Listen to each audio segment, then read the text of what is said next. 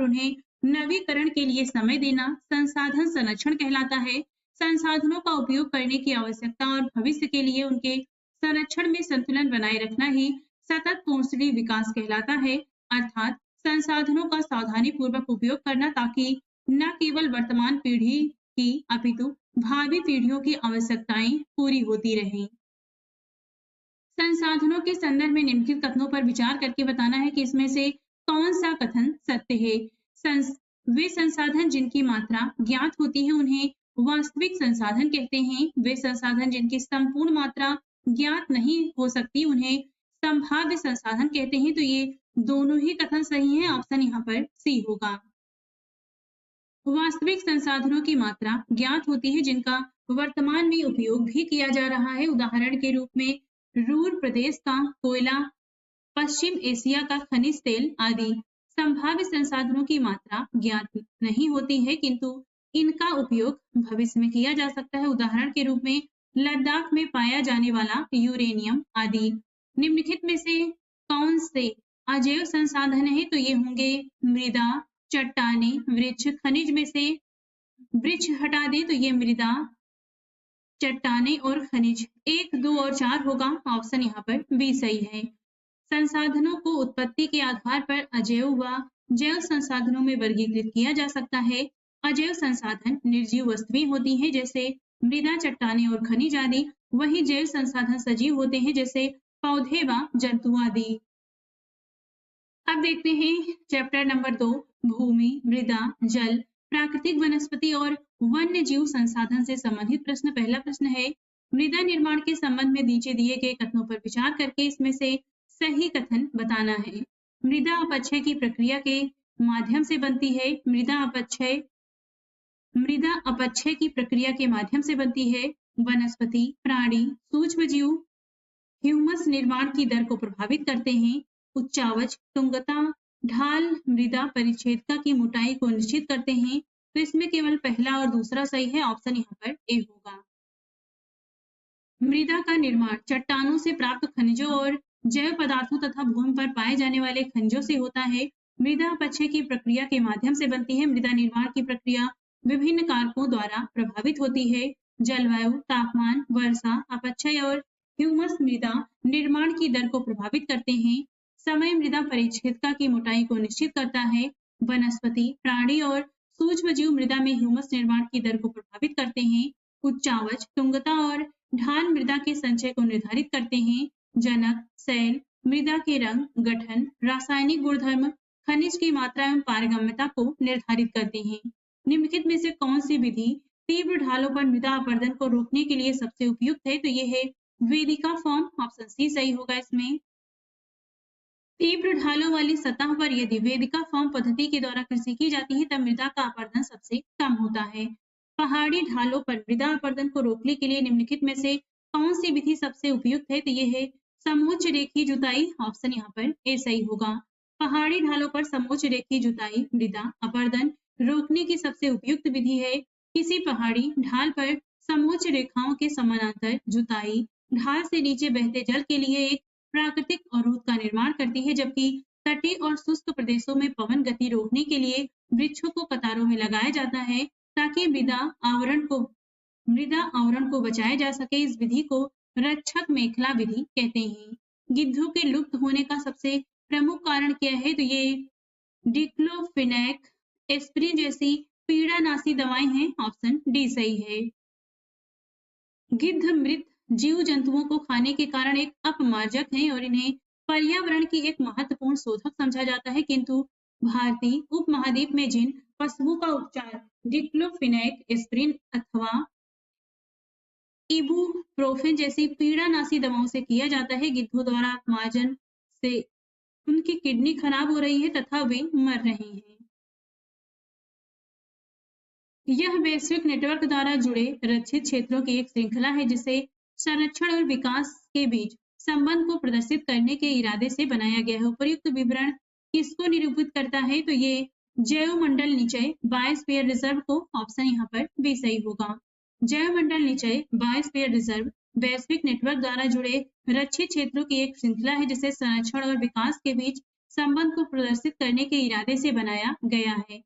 वर्तमान और भविष्य की पीढ़ी के लिए एक या एक से अधिक पारितंत्रों की पारिस्थितिक एकता की रक्षा के लिए निर्धारित किए गए प्राकृतिक क्षेत्र को क्या कहते हैं? इसे राष्ट्रीय उद्यान कहते हैं। ऑप्शन डी सही होगा। संकटग्रस्त वन्य प्राणी जात और वनस्पति जात में अंतर्राष्ट्रीय व्यापार परिपाटी के संदर्भ में निम्नलिखित में से कौन सा कथन सत्य है? इसका शॉर्ट नेम है CITES। CITES sites, short name sites है। यह विभिन्न देशों की सरकारों के बीच एक अंतर्राष्ट्रीय समझौता है। इसके अंतर्गत पशु पक्षियों के अवैध व्यापार पर प्रतिबंध लगाया गया है। तो ये दोनों ही कथन सही हैं साइट्स के बारे में। यहाँ पर सही ऑप्शन होगा सी। The Convention on International Trade in Endangered Species of Wild Fauna and Flora विभिन्न देशों की सरकारों के बीच एक अंतर्राष्ट्रीय समझौता है जिसमें पशु पक्षियों की अनेक प्रजातियों की सूची तैयार की गई है। इस सूची में दिए गए सभी पशु पक्षियों के व्यापार करने पर प्रतिबंध लगाया गया है। इसका उद्देश्य यह सुनिश्चित करना है कि वन्य प्राणी एवं पौधे के नमूने के अंतर्राष्ट्रीय व्यापार से उनके जीवन को कोई खतरा तो नहीं है। अब देखते हैं खनिज और शक्ति संसाधन से संबंधित प्रश्न। पेट्रोलियम एवं प्राकृतिक गैसों को धरातल के नीचे निकालने के लिए खनन की किस विधि का प्रयोग किया जाता है? तो यह है प्रवेधन। ऑप्शन यहाँ पर ए सही होगा। पृथ्वी की सतह के अंदर दबी सैलों से खनिजों को बाहर निकालने की प्रक्रिया खनन कहलाती है। खनिज जो कम गहराई में स्थित है वे पृष्ठीय स्तर को हटाकर निकाले जाते हैं। इसे विवृत खनन कहते हैं। गहन वेधन जिन्हें कूपक कहते हैं, अधिक गहराई में स्थित खनिज निक्षेपों तक पहुंचने के लिए बनाए जाते हैं। इसे कूपकी खनन कहते हैं। पेट्रोलियम और प्राकृतिक गैस धरातल के बहुत नीचे पाए जाते हैं। उन्हें बाहर निकालने के लिए गहन कूपों की खुदाई की जाती है। इसे प्रवेधन कहते हैं। सतह के निकट स्थित खनिजों को जिस प्रक्रिया द्वारा आसानी से खोदकर निकाला जाता है उसे आकलन कहते हैं। धात्विक खनिज किन सेल समूहों में पाया जाता है? आग्नेय एवं कायांतरित। ऑप्शन यहाँ पर सी सही है। प्राकृतिक रूप से प्राप्त होने वाला पदार्थ जिसका निश्चित रासायनिक संगठन हो वह खनिज होता है। संरचना के आधार पर खनिजों को मुख्यतः धात्विक और अधात्विक खनिजों में वर्गीकृत किया गया है। धात्विक खनिजों में धातु कच्चे रूप में होती है। धात्विक खनिज आग्नेय और कायांतरित सेल समूहों जैसे विशाल पठारों का निर्माण होता है में पाए जाते हैं। निम्नलिखित में से कौन सा कथन सत्य है? अधात्विक खनिज अवसादी सेल समूहों में पाए जाते हैं। खनिज ईंधन जैसे कोयला और पेट्रोलियम कायांतरित चट्टानों के नीचे पाए जाते हैं। इसमें केवल पहला सही है, दूसरा गलत है। ऑप्शन यहाँ पर इसमें ए सही होगा। मैदानों और नवीन वलित पर्वतों के अवसादी सेल समूहों में अधात्विक खनिज जैसे चूना पत्थर पाए जाते हैं। खनिज ईंधन जैसे कोयला एवं पेट्रोलियम अवसादी चट्टानों के नीचे पाए जाते हैं। उत्तरी स्वीडन में लौह अयस्क, ओंटेरियो कनाडा में तांबा और निकेल के निक्षेप, दक्षिण अफ्रीका में लोहा, निकेल, क्रोमाइट और प्लेटिनम आग्नेय और कायांतरित सेलों में पाए जाने वाले खनिजों के उदाहरण हैं। निम्नलिखित में से किसको काला सोना कहा जाता है? तो ये है पेट्रोलियम और इससे बने उत्पाद। ऑप्शन यहाँ पर बी सही होगा। पेट्रोलियम और इससे बने उत्पादों को काला सोना कहा जाता है क्योंकि ये बहुत अधिक मूल्यवान है। निम्नलिखित में से कौन सा ऊर्जा के गैर परंपरागत स्रोत हैं? तो ज्वारीय ऊर्जा, बायोगैस, परमाणु ऊर्जा, भूतापीय ऊर्जा जिनका उपयोग बहुत ज्यादा नहीं किया जाता, ये गैर परंपरागत स्रोत होते हैं। ये सभी शामिल हैं इसमें। ऑप्शन यहाँ पर इसमें डी होगा। ऊर्जा के परंपरागत स्रोत हैं खनिज तेल, प्राकृतिक गैस, कोयला, लकड़ी आदि, जबकि ऊर्जा के गैर परंपरागत स्रोत हैं पवन ऊर्जा, सौर ऊर्जा, ज्वारीय ऊर्जा, परमाणु ऊर्जा, बायोगैस एवं भूतापीय ऊर्जा आदि। निम्नलिखित में से भारत में भूतापीय ऊर्जा संयंत्र कहाँ स्थित है? तो ये स्थित है इसमें नागालैंड, जम्मू कश्मीर, हिमाचल प्रदेश, मेघालय में नहीं है। ये जम्मू कश्मीर और हिमाचल प्रदेश में है, इसलिए सही ऑप्शन यहाँ पर इसमें सी होगा। ताप ऊर्जा जो पृथ्वी से प्राप्त की जाती है भूतापीय ऊर्जा कहलाती है। पृथ्वी के अंदर गहराई बढ़ने के साथ तापमान में लगातार वृद्धि होती जाती है। कभी कभी यह तापीय ऊर्जा भू सतह पर गर्म जल के झरनों के रूप में प्रकट हो सकती है। भारत में भूतापीय ऊर्जा संयंत्र हिमाचल प्रदेश में मणिकर्ण और लद्दाख में पूगा घाटी में स्थित है। बायोगैस के संदर्भ में बताना है कि कौन सा कथन सत्य है। बायोगैस संयंत्र में जैविक अपशिष्ट का बैक्टीरिया के द्वारा अपघटन होता है। बायोगैस मीथेन और ऑक्सीजन गैस का मिश्रण है। तो दूसरा वाला गलत है, केवल पहला सही है। ऑप्शन ए होगा। जैविक अपशिष्ट जैसे मृत पौधे और जंतुओं के अवशेष, पशुओं के गोबर, रसोई के अपशिष्ट को ईंधन में बदला जाता है, इसे बायोगैस कहते हैं। जैविक अपशिष्ट बैक्टीरिया द्वारा बायोगैस संयंत्र में अपघटित होते हैं, जो कि अनिवार्य रूप से मीथेन और कार्बन डाइऑक्साइड का मिश्रण है। विश्व का पहला ज्वारी स्टेशन कहाँ बनाया गया? तो ये फ्रांस में, ऑप्शन ए सही होगा इसमें। ज्वार से उत्पन्न ऊर्जा को ज्वारीय ऊर्जा कहते हैं। इस ऊर्जा का विदोहन सकड़े मुहाने में बांध निर्माण से किया जाता है। विश्व का पहला ज्वारीय ऊर्जा स्टेशन फ्रांस में बनाया गया था। रूस, फ्रांस और भारत कच्छ की खाड़ी में विशाल ज्वारी मिल के क्षेत्र हैं। विश्व का पहला जल विद्युत उत्पन्न करने वाला देश नॉर्वे था। निम्नलिखित में से कौन सा एक खनिजों की विशेषता नहीं है? ये प्राकृतिक प्रक्रियाओं द्वारा निर्मित होते हैं। इनका एक रासायनिक संगठन होता है। ये असामान्य होते हैं। इनका वितरण असमान है। ये तीसरा गलत है, बाकी सभी सही हैं। खनिज सभी स्थानों पर समान रूप से वितरित नहीं है। वे किसी विशेष क्षेत्र में या सेल समूहों में संकेंद्रित हैं। निम्नलिखित में से कौन सा राज्य अभ्रक का प्रमुख उत्पादक नहीं है? तो झारखंड, राजस्थान, आंध्र प्रदेश में होता है, कर्नाटक नहीं है। ऑप्शन यहाँ पर सी सही होगा। अभ्रक निक्षेप मुख्यतः झारखंड, बिहार, आंध्र प्रदेश और राजस्थान में पाए जाते हैं। भारत विश्व में अभ्रक का सबसे बड़ा उत्पादक और निर्यातक है। अब देखते हैं कृषि से संबंधित प्रश्नों को।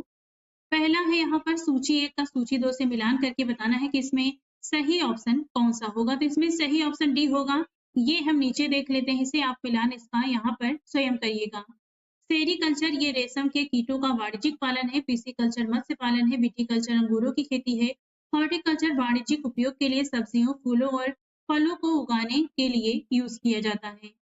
जैविक कृषि के संदर्भ में बताना है कि यहाँ पर इन 3 कथन में से कौन सा कथन सही है। इस प्रकार की कृषि में रासायनिक खाद की जगह जैविक खाद का प्रयोग किया जाता है। इसमें हमें बताना है कि कौन सा कथन असत्य है। तो ये आपको ध्यान देना है, इसमें असत्य कथन पूछा है, यानी हमें सत्य पहले टिक करना है। इस प्रकार की कृषि में रासायनिक खाद की जगह जैविक खाद का प्रयोग किया जाता है, तो ये सही है। जैविक विधि द्वारा खेती करने से उत्पादन की लागत तो कम हो जाती है, इसके साथ ही कृषकों को आय अधिक प्राप्त होती है तथा अंतरराष्ट्रीय बाजार की स्पर्धा में जैविक उत्पाद अधिक खरे उतरते हैं, ये भी सही है। फसलों का उत्पादन बढ़ाने के लिए आनुवंशिक रूपांतरण किया जाता है, तो ये जैविक कृषि के अंतर्गत नहीं आता। तीसरा वाला इसमें असत्य है, बाकी सभी सही हैं। ऑप्शन यहाँ पर बी होगा। जैविक कृषि में रासायनिक खाद के स्थान पर जैविक खाद और रासायनिक कीटनाशी की जगह प्राकृतिक कीटनाशी का उपयोग किया जाता है। फसलों का उत्पादन बढ़ाने के लिए कोई आनुवंशिक रूपांतरण नहीं किया जाता। गहन निर्वाह कृषि के संदर्भ में बताना है कि इसमें से कौन सा कथन सत्य है। इस प्रकार की कृषि पारिवारिक आवश्यकताओं को पूरा करने के लिए की जाती है। इस प्रकार की कृषि में धान, चावल मुख्य फसल होती है। यह कृषि दक्षिण पूर्व एशिया एवं पूर्वी एशिया के सघन जनसंख्या वाले मानसूनी प्रदेशों में प्रचलित है, तो ये तीनों ही कथन सही हैं। ऑप्शन यहाँ पर डी होगा। गहन निर्वाह कृषि में किसान एक छोटे भूखंड पर साधारण औजारों और गहन श्रम से खेती करता है। इसके अंतर्गत कृषक परिवार की आवश्यकताओं को पूरा करने के लिए कृषि करता है। इसमें चावल मुख्य फसल होती है। अन्य फसलों में गेहूं, मक्का, दलहन एवं तिलहन शामिल है। गहन निर्वाह कृषि दक्षिण पूर्व एशिया एवं पूर्वी एशिया के सघन जनसंख्या वाले मानसूनी प्रदेशों में प्रचलित है। निम्नलिखित कथनों को बताना है कि इसमें से कौन सा कथन सत्य है। आदिम निर्वाह कृषि में स्थानांतरित कृषि और मिश्रित कृषि शामिल है, तो पहला गलत है। भारत के उत्तर पूर्वी भागों में स्थानांतरित कृषि प्रचलित है, दूसरा वाला सही है। केवल ऑप्शन बी सही होगा। आदिम निर्वाह कृषि में स्थानांतरित कृषि और जलवासी पशुपालन शामिल है। स्थानांतरित कृषि भारी वर्षा वाले तथा जहां पर वनस्पति का तीव्र पुनर्जनन होता है, ऐसे क्षेत्रों में की जाती है। भारत में इस प्रकार की कृषि उत्तर पूर्वी भागों में प्रचलित है। साथ ही अमेजन के सघन वन क्षेत्रों, उष्णकटिबंधीय अफ्रीका तथा दक्षिण पूर्व एशिया में भी इस प्रकार की कृषि की जाती है।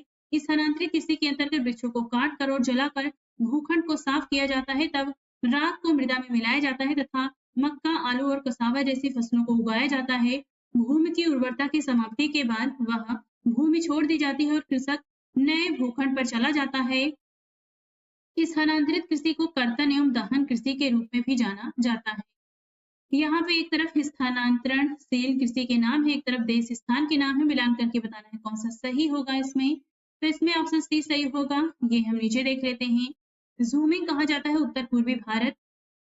ज़ूमिंग कृषि को ज़ूमिंग कहा जाता है उत्तर पूर्वी भारत में। मिल्पा कहा जाता है मेक्सिको में, रोका ब्राजील में और लदान मलेशिया में।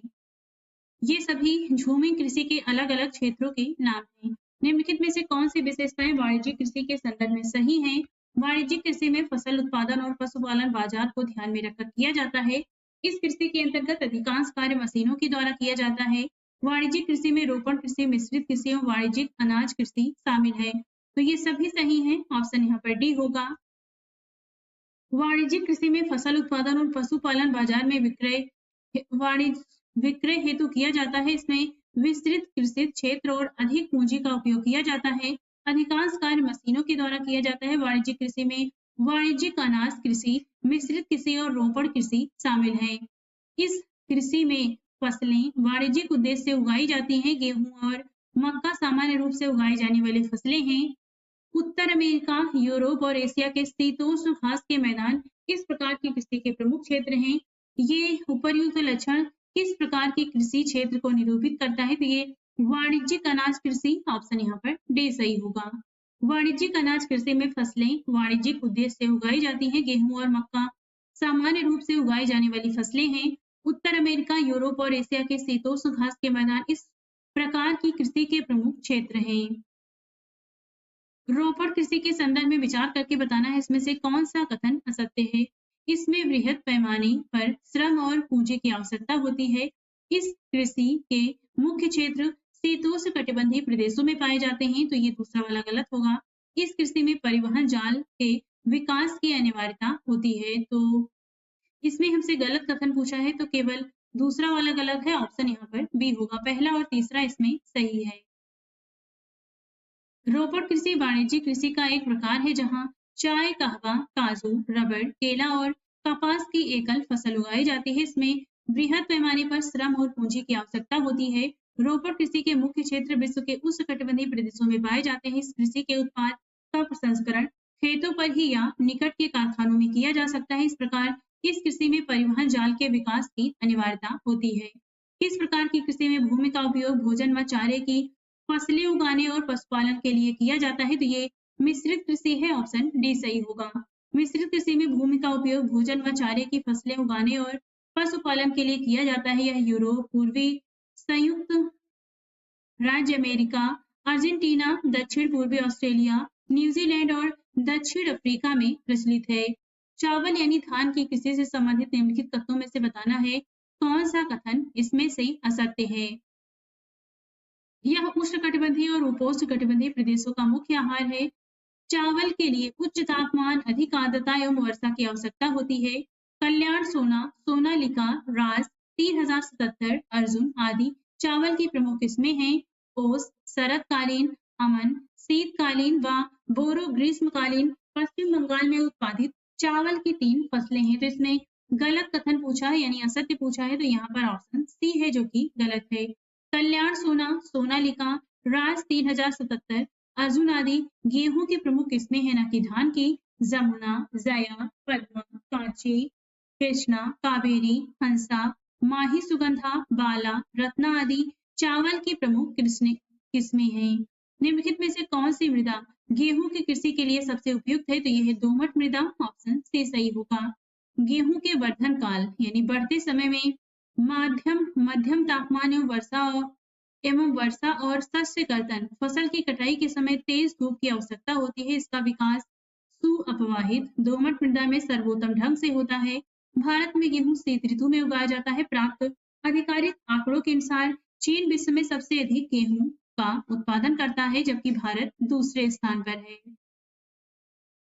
कॉफी की कृषि के संदर्भ में नीचे दिए गए कथनों में से बताना है कि कौन सा कथन सत्य है। इसके लिए गर्म एवं आर्द्र जलवायु की आवश्यकता होती है। इसकी कृषि के लिए सुअपवाहित दोमट मृदा सबसे उपयुक्त होती है। इस फसल की वृद्धि के लिए समतल मैदान सर्वाधिक उपयुक्त होते हैं। तो यहाँ पर पहला और दूसरा कथन सही है, तीसरा वाला गलत है। ऑप्शन यहाँ पर सी होगा। कॉफी की कृषि के लिए गर्म एवं आर्द्र जलवायु और सुअपवाहित दोमट मृदा की आवश्यकता होती है। इस फसल की वृद्धि के लिए पर्वतीय ढाल अधिक उपयुक्त होते हैं। ब्राजील कॉफी का अग्रणी उत्पादक देश है। सुनहरा रेशा से अभिप्राय होता है पटसन, ऑप्शन यहाँ पर ए सही होगा। पटसन को सुनहरा रेशा के रूप में भी जाना जाता है। यह जलोढ़ मृदा में अच्छे ढंग से विकसित होता है और इसे उच्च तापमान, भारी वर्षा और आर्द्र जलवायु की आवश्यकता होती है। यह फसल उष्णकटिबंधीय क्षेत्रों में उगाई जाती है। भारत और बांग्लादेश पटसन के अग्रणी उत्पादक देश हैं। चाय की कृषि के संदर्भ में नीचे दिए गए कथनों पर विचार करके बताना है इसमें से कौन सा कथन असत्य है। चाय की कोमल पत्तियों की वृद्धि के लिए उष्ण जलवायु की आवश्यकता होती है। इसकी कृषि के लिए वर्ष भर समवितरित उच्च वर्षा की आवश्यकता होती है।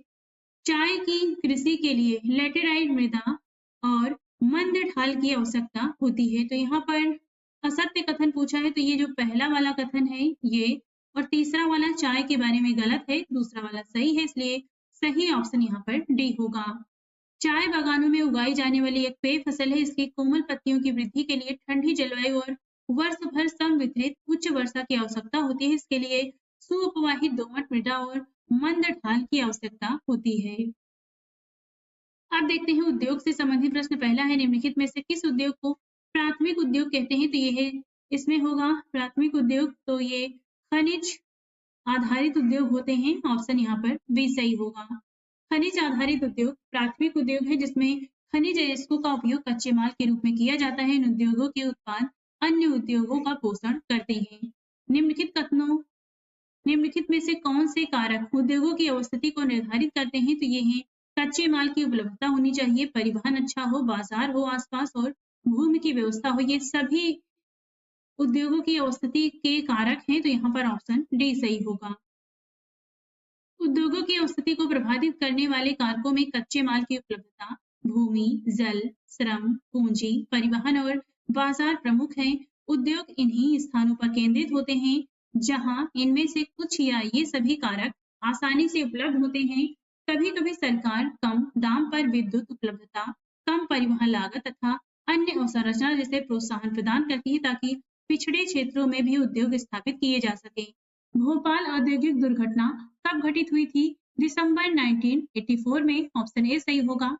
उद्योगों में दुर्घटना मुख्य रूप से तकनीकी विफलता या संकट उत्पन्न करने वाले पदार्थों के बेतरतीब उपयोग के कारण घटित होती है। भोपाल में 3 दिसंबर 1984 को लगभग 0.30 बजे घटित अब तक की सबसे त्रासदपूर्ण औद्योगिक दुर्घटना है। यह एक प्रौद्योगिकी दुर्घटना थी जिसमें यूनियन कार्बाइड के कीटनाशी कारखाने से हाइड्रोजन साइनाइड तथा प्रतिक्रियाशील उत्पादों के साथ साथ अत्यंत विषैली मिथाइल आइसोसाइनेट गैस का रिसाव हुआ था। नीचे दिए गए कथन में से बताना है कौन से कथन सत्य हैं। संयुक्त क्षेत्रों के उद्योगों का स्वामित्व और संचालन राज्यों और व्यक्तियों के समूह द्वारा होता है। सहकारी क्षेत्रों के उद्योगों का स्वामित्व और संचालन सरकार द्वारा होता है। तो इसमें केवल पहला वाला सही है, दूसरा गलत है। ऑप्शन ए सही होगा। सहकारी क्षेत्र के उद्योगों का स्वामित्व और संचालन कच्चे माल के उत्पादकों या पूर्तिकारों, कामगारों अथवा दोनों द्वारा होता है। उदाहरण, आनंद मिल्क यूनियन लिमिटेड। निम्नलिखित में से किन उद्योगों को सनराइज उद्योग कहा जाता है? तो ये होंगे सूचना प्रौद्योगिकी उद्योग, शिक्षा से संबंधित उद्योग, चिकित्सा उद्योग, सूती वस्त्र उद्योग, ऑटोमोबाइल उद्योग। इसमें से सूचना प्रौद्योगिकी उद्योग, शिक्षा से संबंधित उद्योग और होगा तीसरा वाला चिकित्सा उद्योग। बाकी ये दोनों नहीं होंगे। ऑप्शन यहाँ पर इसमें सी सही है, जिसे सनराइज उद्योग कहा जाता है। उभरते हुए उद्योग सनराइज उद्योग के नाम से जाने जाते हैं। इसमें सूचना प्रौद्योगिकी एवं चिकित्सा से संबंधित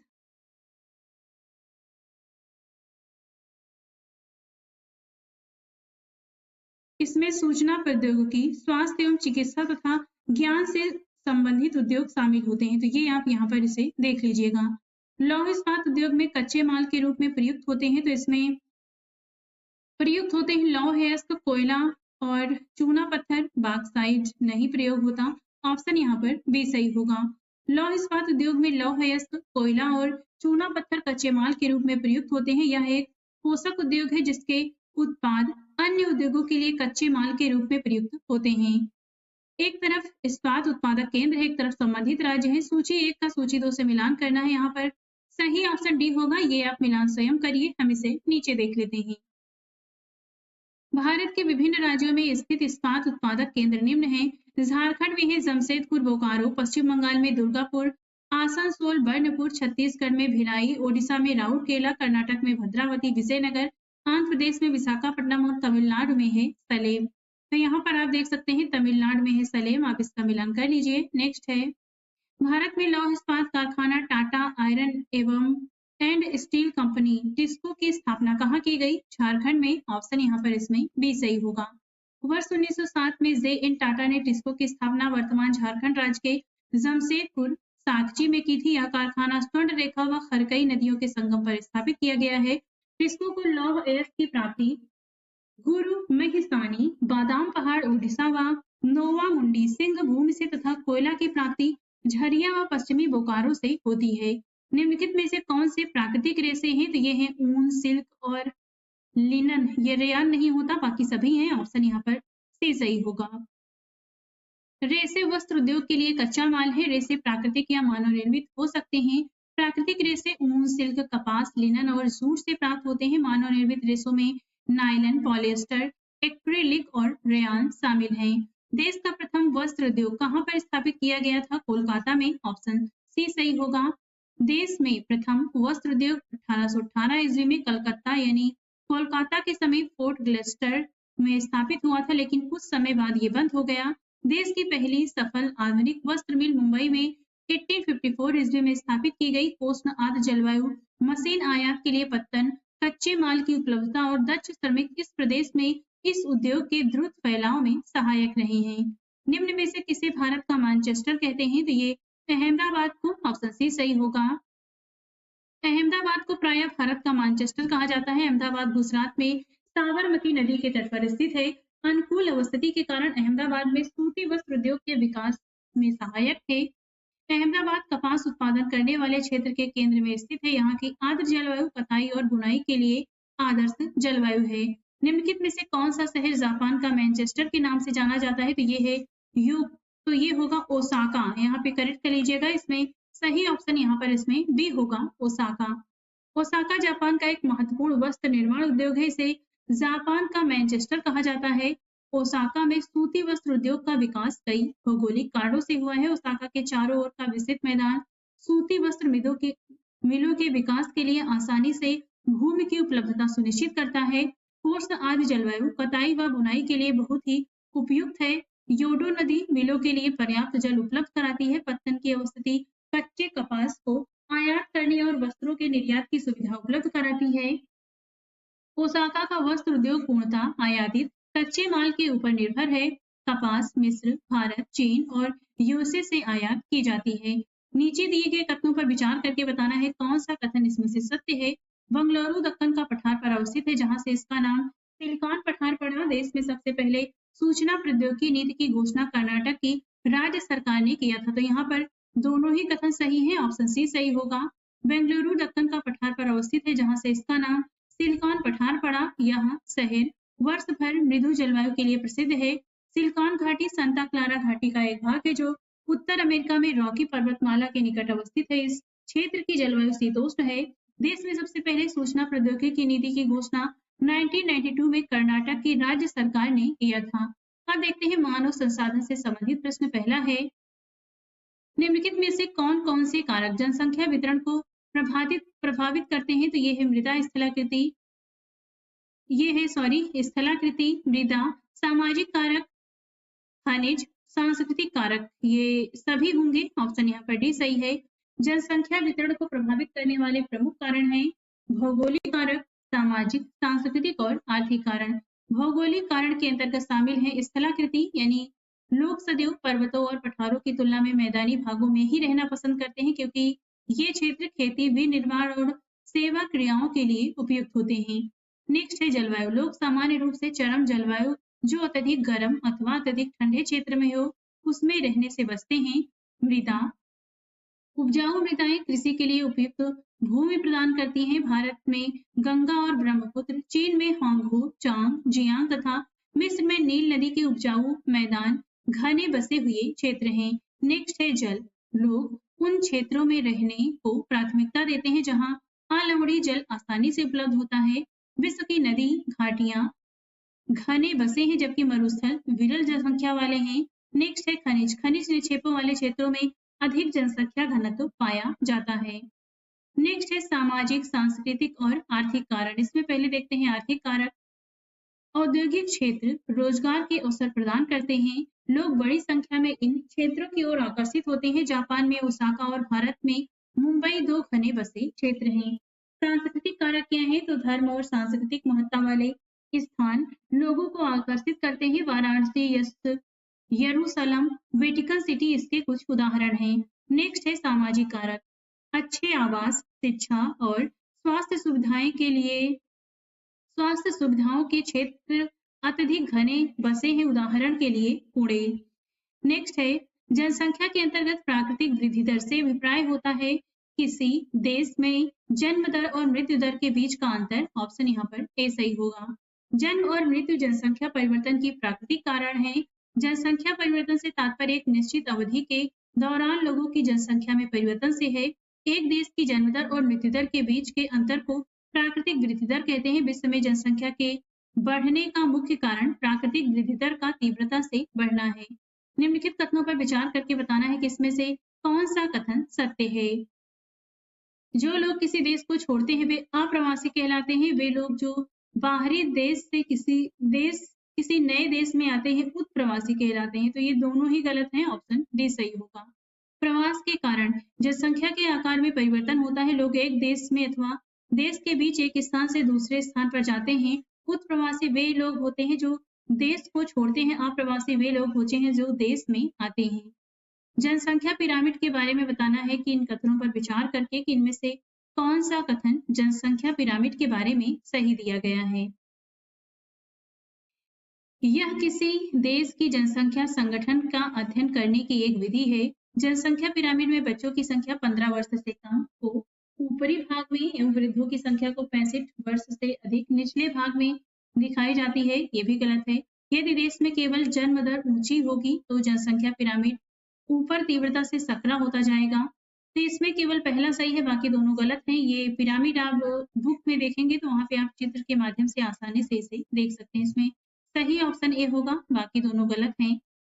एक देश की जनसंख्या संगठन का अध्ययन करने की एक रुचिकर विधि जनसंख्या पिरामिड है, जिसे आयु लिंग पिरामिड भी कहते हैं। जनसंख्या पिरामिड का आकार उस विशिष्ट देश में रहने वालों की कहानी बताता है। बच्चों की संख्या 15 वर्ष से नीचे निचले भाग में दिखाई जाती है और यह जन्म के स्तर को दर्शाती है। ऊपर का आकार वृद्ध लोगों 65 वर्ष से अधिक की जनसंख्या दर्शाता है और मृतकों की संख्या को दर्शाता है। एक देश की जनसंख्या पिरामिड जिसमें जन्म दर और मृत्यु दर दोनों ही ऊंचे हैं आधार पर चौड़ा होगा और ऊपर तीव्रता से सकरा होता जाता है। अब देखते हैं देश और उनके निवासी के अंतर्गत एशिया महाद्वीप से संबंधित प्रश्नों को। पहला है निम्नलिखित में से कौन सा कथन सही है। मलेशिया एवं इंडोनेशिया दक्षिण पूर्व एशिया के देश हैं। ये वाला सही है, बाकी 3 गलत है। एशिया महाद्वीप की 80% भूमि कृषि योग्य है। बांग्लादेश, म्यांमार एवं श्रीलंका पश्चिम एशिया के देश हैं। एशिया क्षेत्रफल की दृष्टि से विश्व का सबसे बड़ा एवं जनसंख्या की दृष्टि से दूसरा सबसे बड़ा महाद्वीप है। इसमें पहला, दूसरा, तीसरा गलत है, केवल चौथा सही है। मलेशिया, इंडोनेशिया या इंडोनेशिया एवं म्यांमार एशिया महाद्वीप के दक्षिण पूर्व एशिया के देश हैं।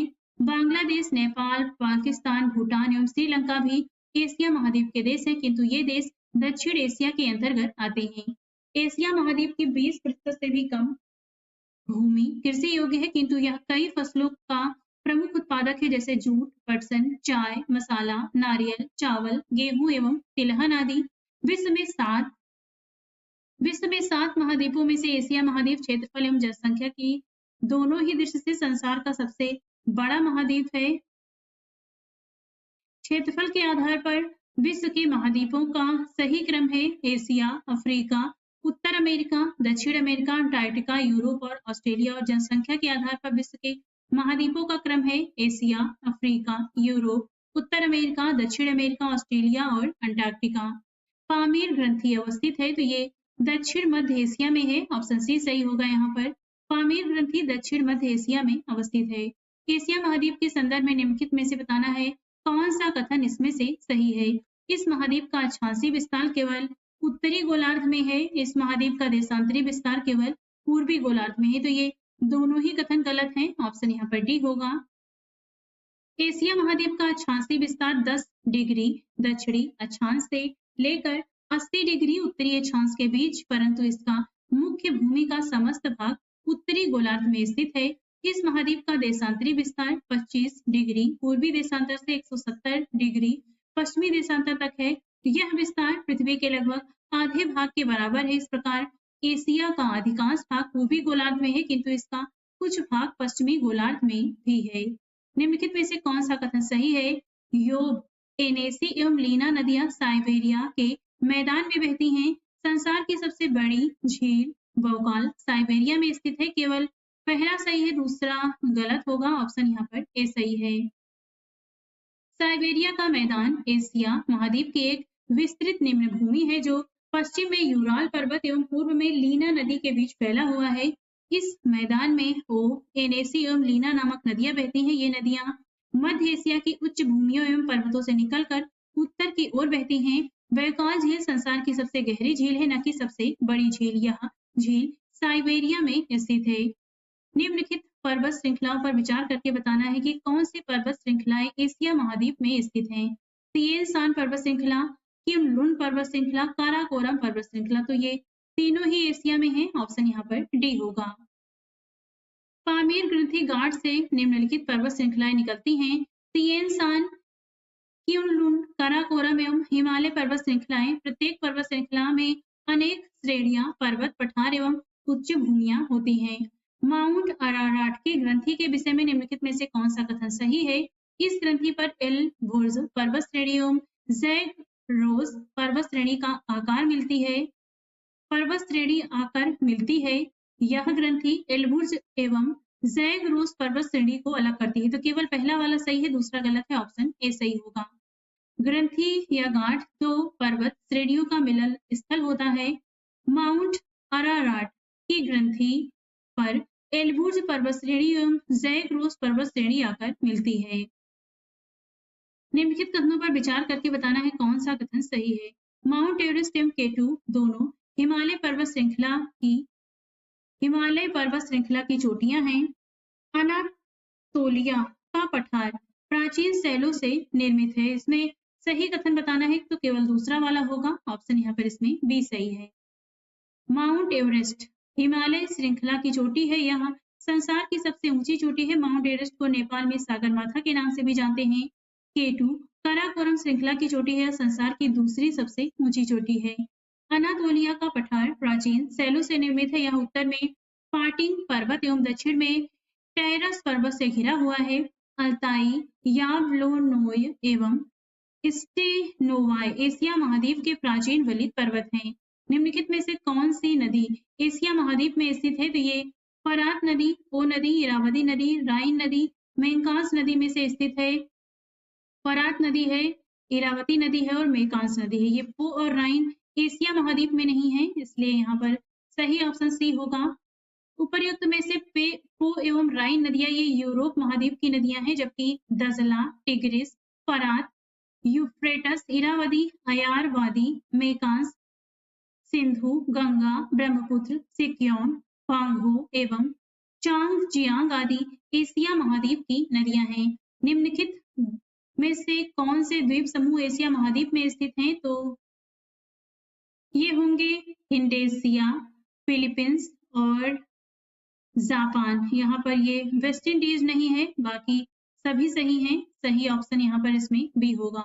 उपर्युक्त में से इंडोनेशिया या इंडोनेशिया, फिलीपींस एवं जापान द्वीप समूह एशिया महाद्वीप में स्थित है। एशिया महाद्वीप के अधिकांश द्वीप इसके दक्षिण पूर्व एवं पूर्व में स्थित हैं। तो यहाँ पर वेस्ट इंडीज नहीं होगा, बाकी सभी सही हैं। नेक्स्ट है, निम्नलिखित में से वे कौन से कारक हैं जो एशिया महाद्वीप की जलवायु को प्रभावित करते हैं? तो ये होगा एशिया का विशाल आकार, इसका व्यापक अक्षांशीय विस्तार, यूरोप के साथ इसकी खुली सीमाएं, इसका बृहद पर्वतीय अवरोध। ये चारों ही सही हैं। ऑप्शन यहाँ पर डी होगा। एशिया महाद्वीप की जलवायु को प्रभावित करने वाले कारक हैं विशाल आकार, व्यापक अक्षांशीय विस्तार, उच्चावच और बृहद पर्वतीय अवरोध का पूर्व से पश्चिम तक विस्तार। एशिया महाद्वीप की जलवायु के संदर्भ में निम्नलिखित में से कौन सा कथन सही है? शीत ऋतु में यहाँ वर्षा नहीं होती है। तो इसमें सही नहीं, यानी हमसे गलत कथन पूछा है। तो शीत ऋतु में एशिया महाद्वीप की जलवायु के बारे में पूछा है, शीत ऋतु में यहाँ वर्षा नहीं होती, तो ये गलत है, वर्षा होती है। ग्रीष्म ऋतु में एशिया के अधिकांश भागों में वर्षा होती है। वर्षोयांश उत्तरी गोलार्ध का सबसे ठंडा स्थान है। मासिन राम विश्व की सबसे अधिक वर्षा, वार्षिक राम में विश्व की सबसे अधिक वर्षा होती है। तो ये 3 कथन सही है, पहला गलत है, ऑप्शन यहाँ पर ए होगा क्योंकि गलत पूछा है। शीत ऋतु में एशिया का अधिकांश भाग शुष्क होता है, जबकि इसके कुछ भागों में वर्षा होती है। इस ऋतु में मंगोलिया के ऊपर उच्च वायुदाब का क्षेत्र बनता है, जिसके कारण पवनें बाहर की ओर चलने लगती हैं। स्थलीय पवन होने के कारण ये शुष्क होती है, जिसके कारण एशिया के अधिकांश भागों में वर्षा नहीं होती, किंतु जब ये पवनें समुद्र के ऊपर से गुजरती हैं तो ये नमी धारण कर लेती हैं, जिसके कारण फलस्वरूप एशिया के कुछ क्षेत्रों में वर्षा होती है। ग्रीष्म ऋतु में एशिया महाद्वीप में निम्न वायुदाब का क्षेत्र बनता है, जबकि समुद्र के ऊपर उच्च वायुदाब का क्षेत्र।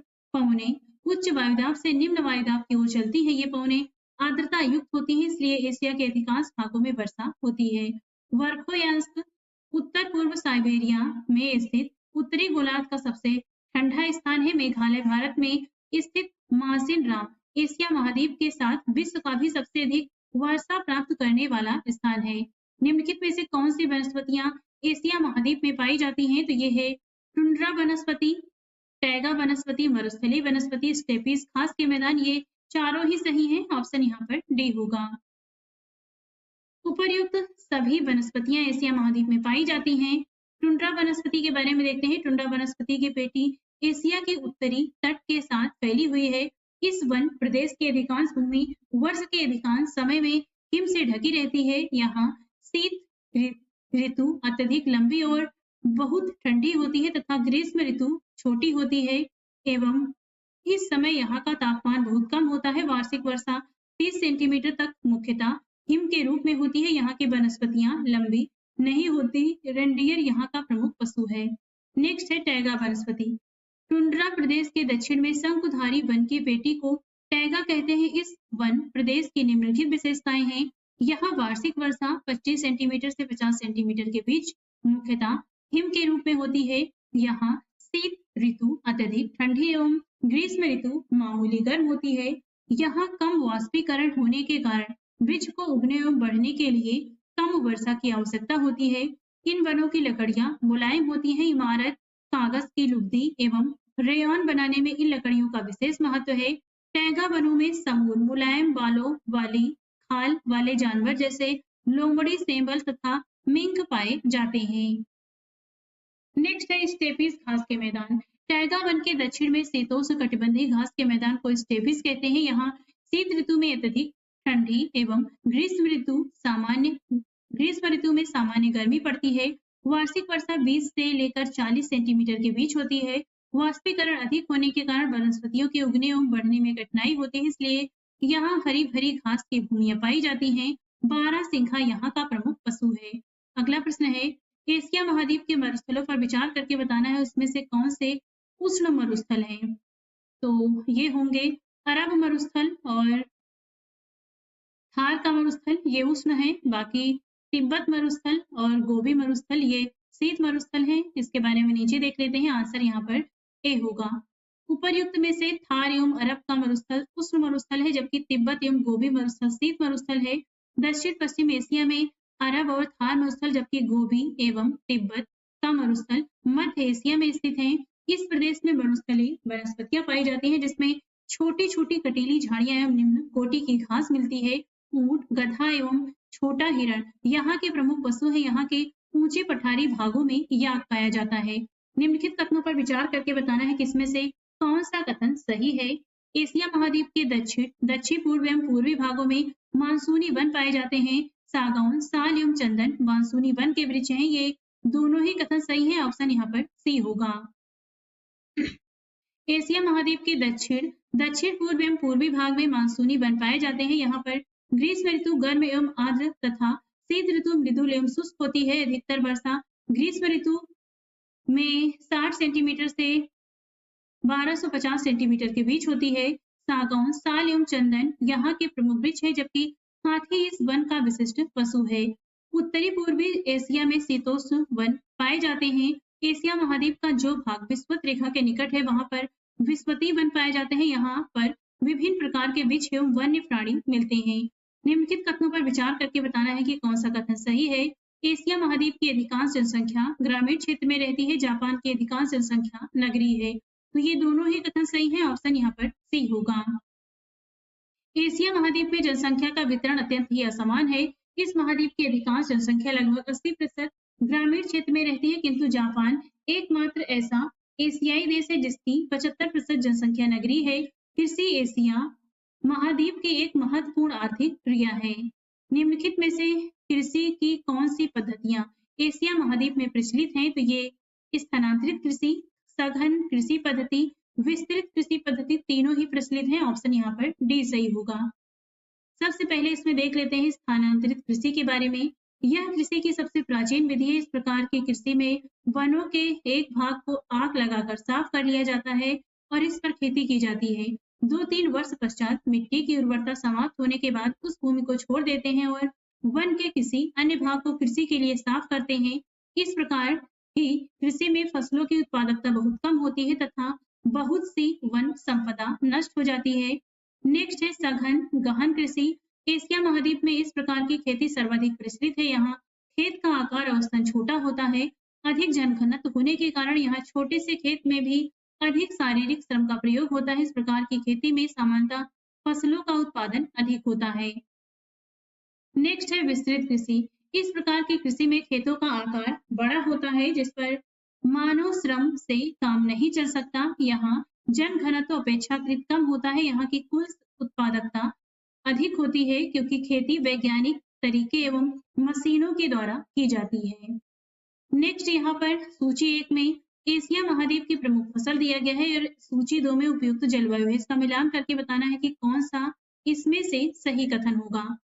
चावल के लिए जो उपयुक्त जलवायु होती है ये है उष्ण और आर्द्र जलवायु, और गेहूं के लिए उपयुक्त जलवायु होती है उपोष्ण और शीतोष्ण जलवायु।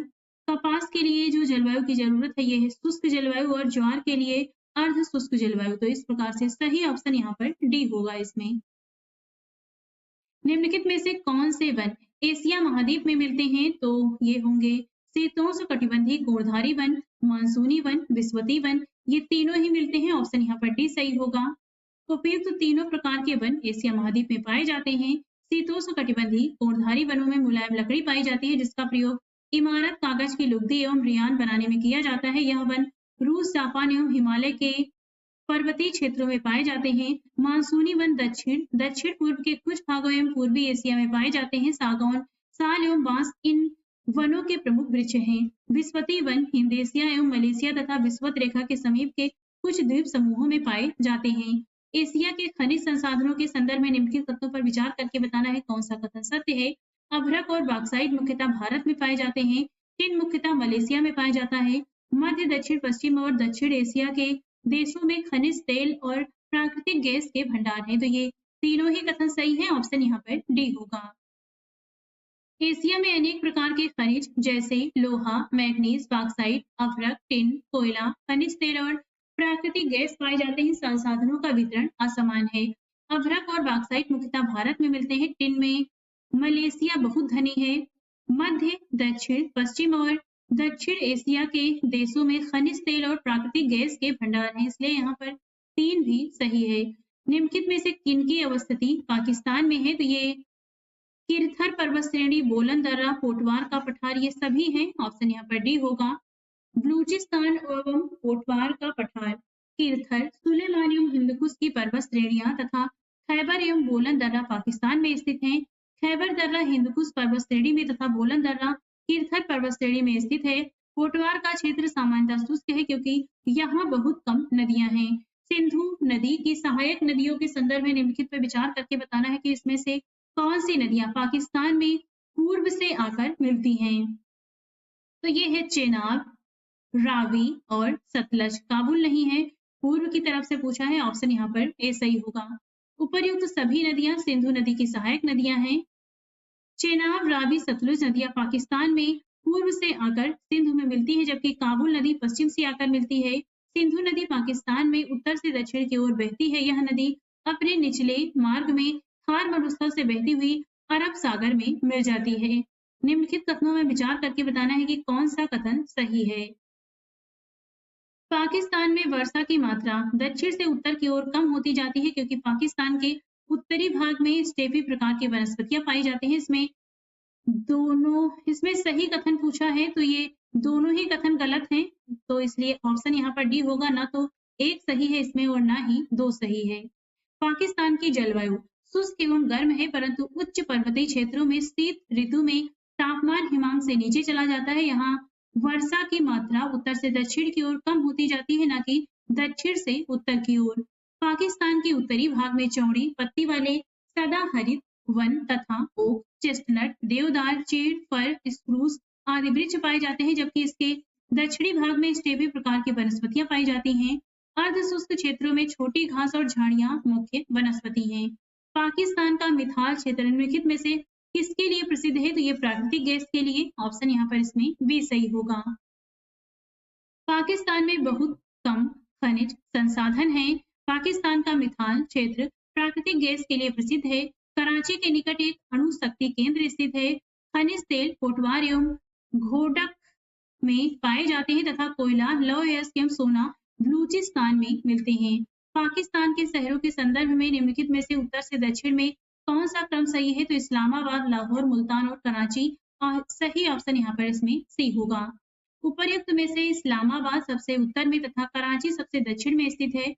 उत्तर से दक्षिण का क्रम है इस्लामाबाद, लाहौर, मुल्तान, कराची। कराची पाकिस्तान का एक बड़ा औद्योगिक एवं व्यापारिक नगर है। यहाँ एक प्रमुख पत्तन तथा अंतर्राष्ट्रीय वायु पत्तन भी है। इस्लामाबाद पाकिस्तान की राजधानी है, जबकि लाहौर पाकिस्तान का दूसरा सबसे बड़ा शहर है। निम्नलिखित कथनों पर विचार करके बताना है कि इसमें से कौन सा कथन सही है।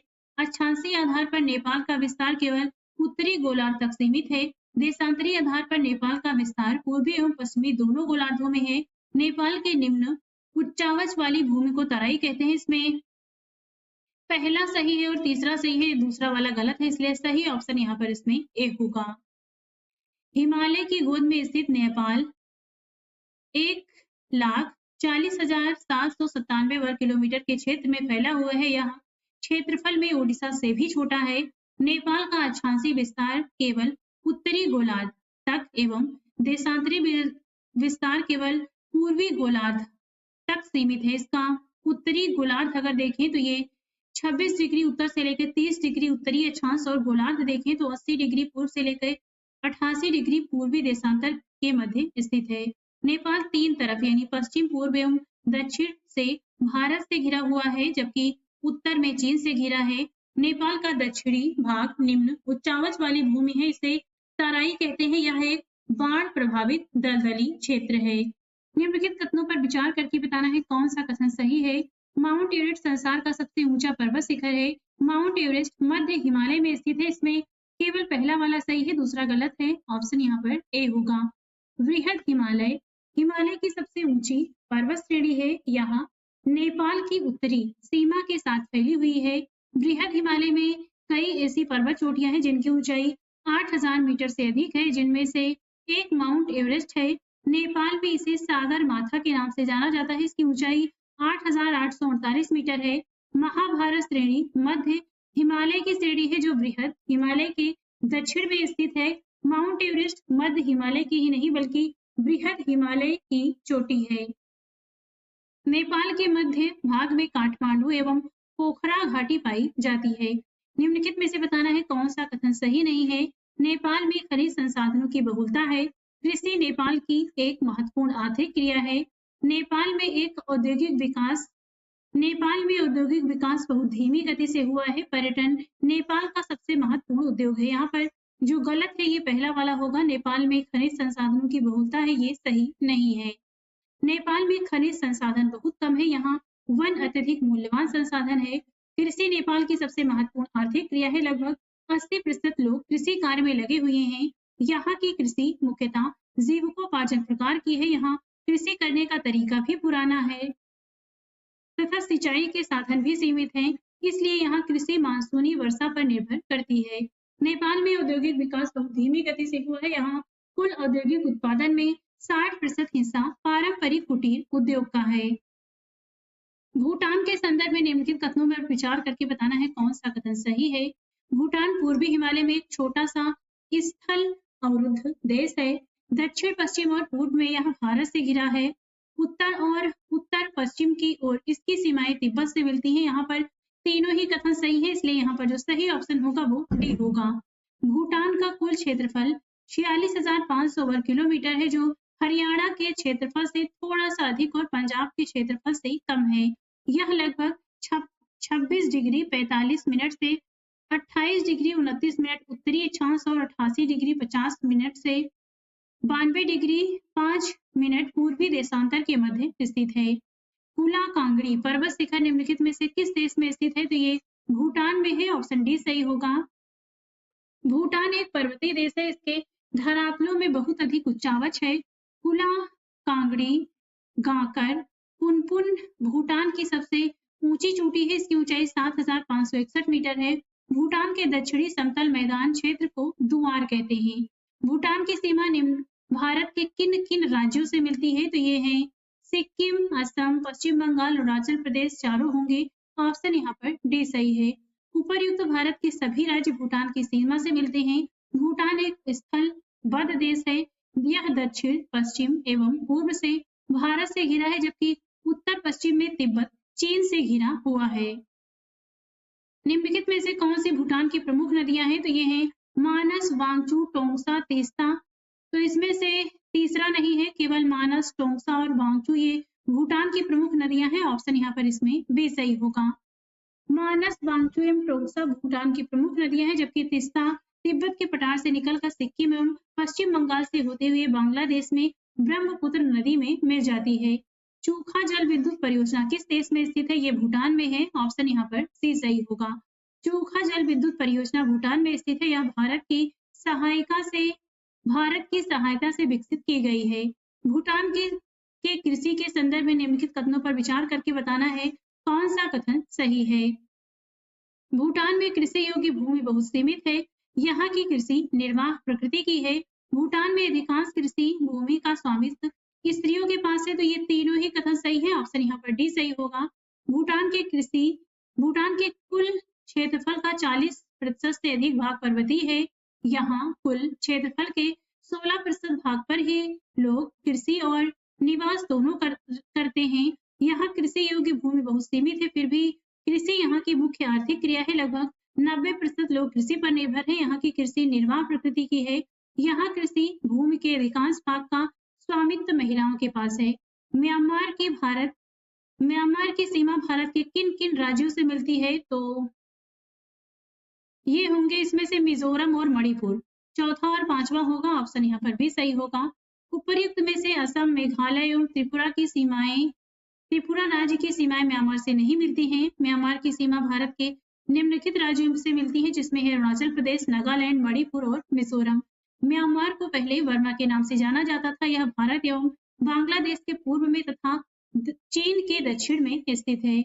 निम्नलिखित पर विचार करके बताना है कि कौन से पर्वत पठार म्यांमार में स्थित हैं। तो ये है चिन पर्वत, सान पठार, अराकान योमा पर्वत, कायन्नी पठार। तो ये चारों ही स्थित है म्यांमार में। ऑप्शन यहाँ पर डी सही होगा। म्यांमार के पश्चिम एवं उत्तर में नवीन वलित पर्वत है, जो पूर्वी हिमालय का दक्षिणी विस्तार है। ये नवीन वलित पर्वत है। पटकाई, नागा, चिन और अराकोमा ये पर्वत उत्तर से दक्षिण की ओर क्रमशः विस्तृत है। सान और कायन्नी पठार म्यांमार में स्थित है, जिसमें सान पठार सबसे अधिक विस्तृत है। निम्नलिखित में से कौन सी म्यांमार की प्रमुख नदियां हैं? तो ये हैं इरावदी, सिलांग, चिंदविन, सालविन। ये सभी हैं। ऑप्शन यहाँ पर इसमें डी सही होगा। म्यांमार के जलोढ़ निम्न भूमियों का निर्माण इरावदी या अयारवादी, चिंदविन, सिलांग और सालविन नदी तंत्रों से हुआ है। म्यांमार का प्रमुख नगर मांडले निम्नलिखित में से किस नदी के किनारे स्थित है? यह है इरावदी। ऑप्शन ए सही होगा। मांडले म्यांमार का एक प्रमुख नगर है। यह ऐतिहासिक स्थान है क्योंकि मांडले म्यांमार की प्राचीन राजधानी थी। मांडले म्यांमार के आंतरिक भाग में इरावदी अयारवादी नदी के किनारे स्थित है। म्यांमार के अन्य प्रमुख नगर हैं यांगून, रंगून, मॉलमीन, तावोय और अक्याब आदि। म्यांमार के प्रमुख नगर यांगून या रंगून के संदर्भ में निम्नलिखित कथनों पर विचार करके बताना है कौन सा कथन सही है। यह एक समुद्री पत्तन नगर है। यह नगर डेल्टा क्षेत्र में स्थित है। तो ये दोनों ही कथन सही हैं। ऑप्शन यहाँ पर सी सही होगा। यांगून म्यांमार का एक प्रमुख समुद्री पत्तन है। म्यांमार के अन्य समुद्री पत्तन नगर हैं अक्याब, मोलमीन, तावोय। यांगून नगर डेल्टा क्षेत्र में स्थित है। यह नगर नायफियाडा से पूर्व म्यांमार की राजधानी थी। नेक्स्ट, एक तरफ म्यांमार के प्रमुख स्थान है, एक तरफ प्रमुख खनिज संसाधन है। इनका मिलान करके बताना है इसमें से कौन सा ऑप्शन सही होगा। तो यहाँ पर सही ऑप्शन बी होगा। ये हम यहीं देख लेते हैं। तानिन थाराई यहाँ का प्रमुख खनिज संसाधन है। तो इसका होगा टिन एवं टंगस्टन। मर्दबान की खाड़ी का प्रमुख संसाधन है मोती। अयारवादी घाटी का प्रमुख संसाधन है खनिज और अयारवादी और कलेवा का प्रमुख संसाधन है ये है कोयला। तो इस प्रकार से सही ऑप्शन यहाँ पर भी होगा। म्यांमार के प्रमुख स्थान तथा उनसे संबंधित प्रमुख खनिज इस प्रकार हैं। तानिन थराई टिन एवं टंगस्टन की खाने हैं यहाँ पर। मर्दबान की खाड़ी में मोती, अयारवादी घाटी तेल खनिज के लिए और कलेवा कोयले के भंडार के लिए प्रसिद्ध है। कलेवा स्थल चिंदविन एवं मई ताहा नदी के संगम के निकट स्थित है। निम्नलिखित कथनों पर विचार करके बताना है कौन सा सही है। म्यांमार के मध्यवर्ती भागों में सघन उष्णकटिबंधीय मानसूनी वन पाए जाते हैं। म्यांमार के कुल क्षेत्रफल के आधे से अधिक भाग में वन पाए जाते हैं। तो इसमें बताना है कि कौन सा कथन सही है। तो केवल दूसरा वाला सही है, पहला गलत है। ऑप्शन यहाँ पर इसमें बी होगा। म्यांमार के तटीय क्षेत्रों में सघन उष्णकटिबंधीय मानसूनी वन पाए जाते हैं, न कि मध्यवर्ती भागों में। म्यांमार के कुल क्षेत्रफल के आधे से अधिक भाग पर वन पाए जाते हैं। डेल्टाई क्षेत्रों में सुंदरी वृक्ष मिलते हैं तथा उष्ण एवं आर्द्र तटीय क्षेत्रों में रबड़ के वृक्ष उगाए जाते हैं। बांग्लादेश की सीमा भारत के किन राज्यों को स्पर्श करती है। तो ये राज्य हैं मिजोरम, त्रिपुरा, असम, मेघालय, सिक्किम को छोड़कर बाकी सभी की सीमा लगती है। यहाँ पर ऑप्शन डी सही होगा। बांग्लादेश की सीमा भारत के निम्नलिखित राज्यों से मिलती है। ये हैं असम, मेघालय, त्रिपुरा, मिजोरम और पश्चिम बंगाल। बांग्लादेश उत्तर, पश्चिम एवं पूर्व में भारत से घिरा हुआ है, जबकि इसके दक्षिण पूर्व में म्यांमार की सीमा लगती है तथा दक्षिण में बंगाल की खाड़ी है। बांग्लादेश में स्थित कॉक्स बाजार क्या है। तो ये विश्व का सबसे बड़ा बलुई पुलिन है। ऑप्शन यहाँ पर सी सही होगा। कॉक्स बाजार बांग्लादेश के पूर्वी तट पर स्थित विश्व का सबसे बलुई पुलिन सैंडी बीच है। यह लगभग 120 किलोमीटर लंबा है। निम्नलिखित में से कौन सी बांग्लादेश की प्रमुख नदियां हैं। तो ये हैं सुरमा, कर्णफुली, मेघना। मानस नहीं है, मानस भारत की है, बाकी सभी सही हैं। ऑप्शन यहाँ पर इसमें डी होगा।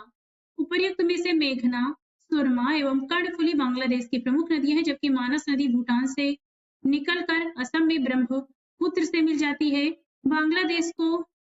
ब्रह्मपुत्र को बांग्लादेश में जमुना कहते हैं। जब इसमें गंगा मिलती है तो इसकी संयुक्त धारा को पद्मा कहते हैं। बंगाल की खाड़ी में गिरने से पहले इसे मेघना के नाम से जाना जाता है। बांग्लादेश की जलवायु के संदर्भ में निम्नलिखित कथनों पर विचार करके बताना है इसमें से कौन सा कथन सही है। यहाँ की जलवायु उष्ण कटिबंधीय मानसूनी है। यहाँ वर्षा दक्षिण पश्चिमी मानसूनी हवाओं से होती है। यहाँ का तटीय क्षेत्र उष्ण कटिबंधीय चक्रवात से अत्यधिक प्रभावित होता है। तो इसमें तीनों ही कथन सही है। ऑप्शन यहाँ पर डी सही होगा। बांग्लादेश की जलवायु उष्ण कटिबंधीय मानसूनी है। यहाँ शीत ऋतु शुष्क, छोटी एवं मृदुल होती है। यहाँ पर वर्षा दक्षिण पश्चिम मानसून से होती है। तटीय क्षेत्रों में 250 सेंटीमीटर तथा पूर्वी पहाड़ी क्षेत्रों में 500 सेंटीमीटर वार्षिक वर्षा होती है। बांग्लादेश का तटीय क्षेत्र उष्ण कटिबंधीय चक्रवात से बहुत अधिक प्रभावित रहता है। मानसूनी वन चटगांव के पहाड़ी क्षेत्रों में पाए जाते हैं। यहाँ सागौन एवं साल के वृक्ष पाए जाते हैं। डेल्टाई तट पर मैंग्रोव वन मिलते हैं, जिनमें सुंदरी वृक्ष पाया जाता है। निम्नलिखित में से कौन सा बांग्लादेश का समुद्री पत्तन है। तो ये है चटगांव। ऑप्शन यहाँ पर डी सही है। चटगांव एवं मोंगा बांग्लादेश के समुद्री पत्तन है, जबकि ढाका, चांदपुर, बारी सालिम, खुलना यहाँ के अंतर्देशीय पत्तन है। निम्नलिखित में से बताना है कौन सा कथन सही नहीं है। पाक जल संधि एवं मन्नार की खाड़ी श्रीलंका को भारत से अलग करती है। महावेली गंगा श्रीलंका की सबसे लंबी नदी है। कोलंबो एक समुद्री पत्तन है जो श्रीलंका के पूर्वी तट पर स्थित है। श्रीलंका का कैंडी नगर बौद्ध मंदिरों के लिए प्रसिद्ध है। इसमें गलत कथन पूछा है तो सी वाला गलत होगा। श्रीलंका एक द्वीपीय देश है जिसमें एक बड़ा एवं कई छोटे-छोटे द्वीप हैं। यह द्वीप भारत के दक्षिण पूर्व में स्थित है। पाक जल संधि एवं मन्नार की खाड़ी श्रीलंका को भारत से अलग करती है। श्रीलंका की नदियां सामान्यतः छोटी होती हैं। महावेली गंगा श्रीलंका की सबसे लंबी नदी है। यह नदी उत्तर पूर्वी की ओर बहती हुई बंगाल की खाड़ी में मिल जाती है। कोलंबो एवं त्रिकोमाली श्रीलंका की दो प्रमुख समुद्री पत्तन है। कोलंबो इसके पश्चिमी तट पर जबकि त्रिकोमाली इसके पूर्वी तट पर स्थित है। कोलंबो एक अंतरराष्ट्रीय वायुपत्तन भी है। यह श्रीलंका का सबसे बड़ा नगर एवं राजधानी है। श्रीलंका की राजधानी कोलंबो कार्यकारी एवं न्यायिक है और जयवर्धनपुरा कोटे ये कोलंबो उपनगर विधायी राजधानी है। कैंडी श्रीलंका का आधुनिक नगर है। यह बौद्ध मंदिरों के लिए प्रसिद्ध है। जाफना एवं अनुराधापुर यहाँ के अन्य प्रमुख नगर हैं। निम्नलिखित में से श्रीलंका के कौन से खनिज उत्पाद तटीय बालू से प्राप्त होते हैं? तो ये हैं मोनोजाइट, जिरकॉन, ग्रेफाइट, बहुमूल्य पत्थर रत्न, ये चारों ही होंगे। ऑप्शन यहाँ पर इसमें डी सही होगा। उपर्युक्त सभी खनिज उत्पाद श्रीलंका के तटीय बालू से प्राप्त होते हैं। ये सभी अलौह धातुएं हैं। श्रीलंका की जलवायु के संदर्भ में निम्नलिखित में से कौन सा कथन सही है? यहाँ उष्ण एवं आर्द्र जलवायु पाई जाती है। यहाँ वर्षा केवल दक्षिण पश्चिम मानसून से होती है। केवल पहला सही है, दूसरा गलत है। ऑप्शन यहाँ पर ए सही होगा। विषुवत वृत्त के निकट होने के कारण श्रीलंका में उष्ण एवं आर्द्र जलवायु पाई जाती है। यहाँ तापमान में बहुत कम परिवर्तन होता है। श्रीलंका के दक्षिणी पश्चिमी भाग में दक्षिण पश्चिम मानसून एवं उत्तरी पूर्वी मानसून दोनों से वर्षा होती है, इसलिए दक्षिणी पश्चिमी भाग आर्द्र रहता है, जबकि इसके उत्तरी पूर्वी भाग पर वर्षा उत्तरी पूर्वी मानसून से होती है, इसलिए यहाँ पर वर्षा कम होती है और यह भाग शुष्क रहता है।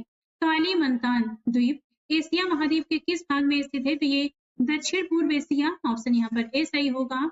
बोर्नियो द्वीप को इंडोनेशिया हिंदेशिया की भाषा में कालीमंतान कहते हैं। बोर्नियो इंडोनेशिया देश का द्वीप है, अतः कालीमंतान द्वीप दक्षिण पूर्व एशिया में स्थित है।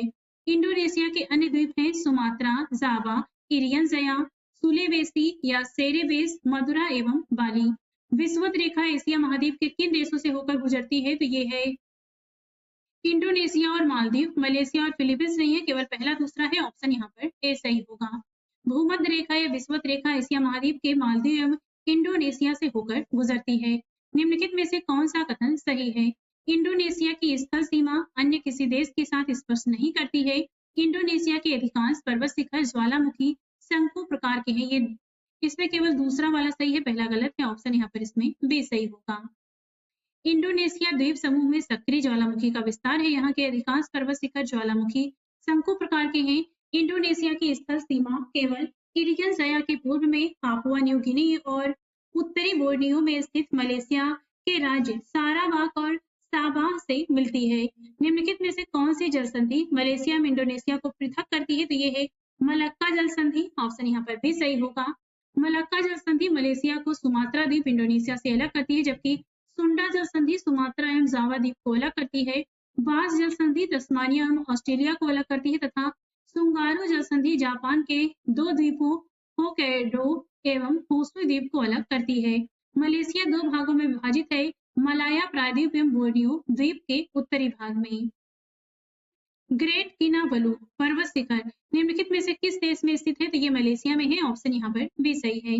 ग्रेट किनाबालू पर्वत शिखर, इसकी ऊंचाई 4101 मीटर है, पूर्वी मलेशिया भाग में स्थित है। किनाबलू पर्वत इस क्षेत्र का सबसे ऊंचा पर्वत शिखर है। यहाँ मलेशिया के दो राज्य सारावाक एवं साबाह स्थित हैं। मलेशिया की जलवायु के संदर्भ में निम्नलिखित तथ्यों पर विचार करके बताना है कि इसमें से कौन सा कथन मलेशिया की जलवायु के बारे में सही है। इसकी जलवायु विषुवती है। यहाँ पर वर्ष भर समान रूप से ऊंचा तापमान एवं अधिक वर्षा पाई जाती है। औसत दैनिक तापमान 21 डिग्री सेल्सियस से 32 डिग्री सेल्सियस के बीच रहता है। यहाँ सदा हरित वन पाए जाते हैं। तो ये तीनों ही कथन मलेशिया की जलवायु के बारे में सही हैं। ऑप्शन यहाँ पर डी सही होगा। मलेशिया की जलवायु विषुवती है। यहाँ विषुवत रेखा के उत्तर में 1 डिग्री से 7 डिग्री उत्तरी अक्षांशों के बीच स्थित है। यहाँ वर्ष भर ऊंचा तापमान एवं अधिक वर्षा होती है। विषुवत रेखा के निकट होने के कारण यहाँ सदा हरित वन पाए जाते हैं। सारावाक एवं साबाह में वन अधिक घने पाए जाते हैं। निम्नलिखित में से कौन से समुद्री पत्तन मलेशिया में स्थित हैं, तो ये होंगे पेनांग, मोरी, कुचिंग, तीनों ही हैं। सही ऑप्शन यहाँ पर इसमें डी सही होगा। पेनांग, जॉर्जटाउन प्रायद्वीपीय मलेशिया के तथा कुचिंग एवं मोरी सारावाक के समुद्री पत्तन है। मलेशिया में सड़क एवं रेल परिवहन का विकास सारावाक एवं सावाक की तुलना में प्रायद्वीपीय मलेशिया में अधिक हुआ है। निम्नलिखित में से कौन सा सुमेलित है? तो यूरेनियम मलाया प्रायद्वीप में पाया जाता है। तांबे की खानें सारावाक में नहीं है। कोयला खनन साबाह में नहीं होता, केवल पहला वाला सुमेलित है। ऑप्शन यहाँ पर ए होगा। मलाया प्रायद्वीप में यूरेनियम के अलावा टिन एवं तांबे का भंडार है, जबकि सारावाक में बॉक्साइट एवं कोयला खनन होता है एवं साबाह में तांबे की खानें हैं। निम्नलिखित कथनों पर विचार करके बताना है कौन सा कथन सही है। क्षेत्रफल की दृष्टि से चीन विश्व का दूसरा सबसे बड़ा देश है। चीन की सीमा उत्तर कोरिया एवं दक्षिण कोरिया दोनों को स्पर्श करती है, तो इसमें कोई भी कथन सही नहीं है। ऑप्शन यहाँ पर जो सही होगा वो इसमें डी होगा। क्षेत्रफल की दृष्टि से चीन विश्व का चौथा सबसे बड़ा देश है, न कि दूसरा। चीन की सीमा उत्तर कोरिया को स्पर्श करती है, किंतु दक्षिण कोरिया को नहीं करती। टकला मकान मरुस्थल निम्नलिखित में से किस देश में स्थित है? चीन में। ऑप्शन यहाँ पर भी सही होगा। टकला मकान एक शीत मरुस्थल है। यहाँ मरुस्थल चीन के तारिम बेसिन में स्थित है। निम्नलिखित में से किन नदियों का उद्गम तिब्बत के पठार से हुआ है? तो ये है साल्वीन, सांगपो, मेगांग, सतलुज, ये चारों ही नदियां हैं। ऑप्शन यहाँ पर इसमें डी सही होगा। उपर्युक्त सभी नदियों का उद्गम स्थल तिब्बत का पठार है। इसके अलावा सिंधु नदी का उद्गम स्थल भी तिब्बत का पठार है। सांगपो नदी को भारत में ब्रह्मपुत्र नदी के नाम से जाना जाता है। सिंधु एवं सतलज नदियां पश्चिम की ओर, जबकि सांगपो नदी पूर्व की ओर बहती है। साल्वीन और मेकांग नदियां दक्षिण पूर्व एशिया की ओर बहती हैं। चीन की प्रमुख नदियां हैं जिजियांग, चांगजियांग, होंगहो नदियां पूर्व की ओर बहती हुई प्रशांत महासागर में मिल जाती हैं। जिजियांग नदी की घाटी सबसे बड़ी है। यह सिंचाई और नौका वहन के लिए उपयोगी है। होंगहो उत्तरी चीन को सिंचित करती हुई बड़ी मात्रा में पीली गाद बहाकर लाती है। घाटी में गाद जमाव के कारण यह नदी अपनी धारा अक्सर बदल लिया करती है, जिससे पूरा क्षेत्र में बाढ़ आ जाता है। निम्नलिखित में से बताना है कौन सा कथन सही है। चीन में वर्षा मुख्यतः ग्रीष्म ऋतु में दक्षिण पूर्वी मानसून से होती है। चीन में वर्षा की मात्रा पूर्व से पश्चिम की ओर घटती जाती है, तो ये दोनों ही कथन सही है। ऑप्शन यहाँ पर सी सही होगा। चीन में तापमान उत्तर से दक्षिण की ओर कम होता जाता है। यहाँ वर्षा मुख्यतः ग्रीष्म ऋतु में दक्षिण पूर्वी मानसून से होती है। वर्षा की मात्रा दक्षिण से उत्तर एवं पूर्व से पश्चिम की ओर घटती जाती है। निम्नलिखित कथनों पर विचार करके बताना है किसमें से कौन सा ऑप्शन सही होगा। चीन को ऊर्जा उत्पादन में कोयले का सबसे बड़ा योगदान है। चीन के ऊर्जा उत्पादन में कोयले का सबसे बड़ा योगदान है और संघाई चीन का सबसे बड़ा पत्तन है, तो ये दोनों ही कथन सही हैं। ऑप्शन यहाँ पर सी होगा। चीन के ऊर्जा उत्पादन में कोयले का हिस्सा लगभग 3/4 होता है। इसके बाद खनिज तेल एवं प्राकृतिक गैस तथा जल विद्युत का स्थान आता है। संघाई चीन का सबसे बड़ा नगर एवं सबसे बड़ा पत्तन है, जबकि बीजिंग चीन की राजधानी है। निम्नलिखित कथनों पर विचार करके बताना है कि कौन सा कथन इसमें से सही है। जापान एशिया की मुख्य भूमि के पूर्व में प्रशांत महासागर में स्थित है। फ्यूजियामा जापान में स्थित एक सक्रिय ज्वालामुखी है। ये दोनों ही कथन सही है। यहाँ पर ऑप्शन यहाँ पर सी सही होगा। जापान प्रशांत महासागर में स्थित द्वीपों का एक देश है। यह एशिया की मुख्य भूमि के पूर्व में स्थित है। जापानी भाषा में जापान को निप्पॉन सूर्योदय का देश कहते हैं। जापान के लगभग 72 डिग्री भूभाग पर पर्वत फैले हुए हैं। इसके अधिकतर पर्वत ज्वालामुखी क्रिया के द्वारा बने हुए हैं, जिसमें सबसे अधिक महत्वपूर्ण फ्यूजियामा टोक्यो के निकट है। यह एक सक्रिय ज्वालामुखी है। निम्नलिखित कथनों पर विचार करके बताना है कौन सा कथन सही है। टाइफून जापान का उष्णकटिबंधीय तूफान है, जो इसके दक्षिणी तट को प्रभावित करता है। उत्तर से चलने वाली ठंडी जलधारा एवं दक्षिण से चलने वाली गर्म जलधारा जापान के पूर्वी तट पर मिलती है, तो ये दोनों ही कथन सही है। ऑप्शन यहाँ पर सी सही होगा। जापान मुख्यतः शीतोष्ण कटिबंध में स्थित देश है। इसके उत्तरी एवं पश्चिमी भागों में अत्यधिक हिमपात और वर्षा होती है। ग्रीष्म ऋतु में दक्षिण पूर्व से आने वाली पवनें जापान के पूर्वी एवं दक्षिण भागों में वर्षा करती हैं। टाइफून जापान का उष्णकटिबंधीय चक्रवात है, जो जापान के दक्षिण तट को अत्यधिक प्रभावित करता है। इसका उद्गम फिलीपींस सागर अथवा कैरोलिन द्वीपों के आसपास होता है। जापान के पूर्वी तट पर उत्तर से चलने वाली ठंडी जलधारा एवं दक्षिण से चलने वाली गर्म जलधारा का मिलन होता है, जिसके कारण यहाँ पर घना कोहरा क्षेत्र बनता है। यह कोहरा मछलियों के विकास के लिए अनुकूल वातावरण उत्पन्न करता है, इसलिए यह क्षेत्र संसार के प्रमुख मत्स्य ग्रहण क्षेत्रों में से एक है। निम्नलिखित कथनों पर विचार करके बताना है कौन सा कथन सही है। जापान में उच्च कोटि का कोयला मिलता है। जापान में लौह अयस्क प्रचुर मात्रा में पाया जाता है, तो ये दोनों ही कथन गलत हैं। ऑप्शन यहाँ पर डी सही होगा। कोयला जापान का प्रमुख खनिज संसाधन है, किंतु यह निम्न कोटि का है। जापान में लौह अयस्क की प्रचुरता नहीं है, इसलिए इसका आयात किया जाता है। इसके अलावा जापान कच्चा तेल, कोकिंग कोयला, तांबा, निकेल, बॉक्साइट आदि आधारभूत खनिज संसाधनों का आयात करता है। तो आज इस वीडियो में बस इतना ही। नेक्स्ट वीडियो में हम कक्षा 9 और 11 इन दोनों चैप्टर को एक साथ देखेंगे, क्योंकि इन दोनों बुक में दिए गए चैप्टर सेम है, तो इसका प्रश्न यहाँ पे एक ही बुक में एक ही साथ दिया गया है। तो ये हम नेक्स्ट वीडियो में देखने वाले हैं। और इस बुक में दिए गए बाकी की क्लास की वीडियोस देखने के लिए आप हमारे चैनल की प्लेलिस्ट में जाके वहां से देख सकते हैं। ऐसी ही वीडियो देखने के लिए हमारे चैनल को लाइक, शेयर और सब्सक्राइब भी करते रहें।